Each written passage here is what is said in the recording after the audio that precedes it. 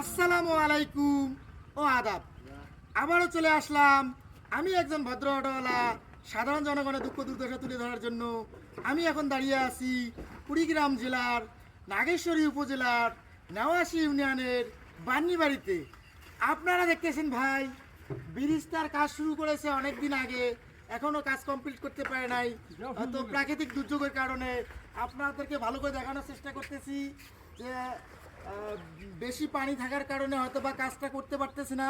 একটা কাঠের ব্রিজ করে দিয়েছিল এদিক দিয়ে, কাঠের ব্রিজ দিয়ে সাধারণ জনগণ চলাফেরা করতেছে, কিন্তু হয়তো কিছু কিছু জায়গায় কাঠের ব্রিজটা ভেঙে ভেঙে যাচ্ছে। তাই আমি এই কন্ট্রাক্টরকে দৃষ্টি আকর্ষণ করে বলতেছি যেন অতি দ্রুত এই ব্রিজটার কাজ সম্পন্ন করা হয় এবং এই কাঠের ব্রিজটা যেন অতি তাড়াতাড়ি মেরামত করে দেওয়া হয়। সেই সাথে বিশেষভাবে আহ্বান জানাচ্ছি আমাদের নতুন সরকার এবং নতুন এমপির কাছে যেন আমাদের এই ব্রিজটা অতি দ্রুত কাজ করে দেওয়ার জন্য বিশেষভাবে দৃষ্টি আকর্ষণ করতেছি ইনশাআল্লাহ।